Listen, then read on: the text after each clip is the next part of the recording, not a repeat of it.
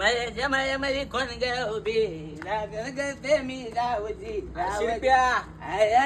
अरे डोक्यात घालशील. नाही मामा, अहो मी पत्रावर ठेवू लागलो. हा मग मामा झालं का चहा पाणी? अरे शिरप्या एवढ्या लवकर कुठं, आता तू दूध काढून आणलंय. हा मामा, अहो पौधी एवढूशी आहे. नेमकं दूध काढलंय कोणाचं? कुणाचं म्हणजे? अहो म्हणजे म्हशीचं का गाईचं? अरे म्हशीचा हाय. नाही तेच आपलं विचारावं म्हणलं, नेमकं दूध आहे कोणाचं?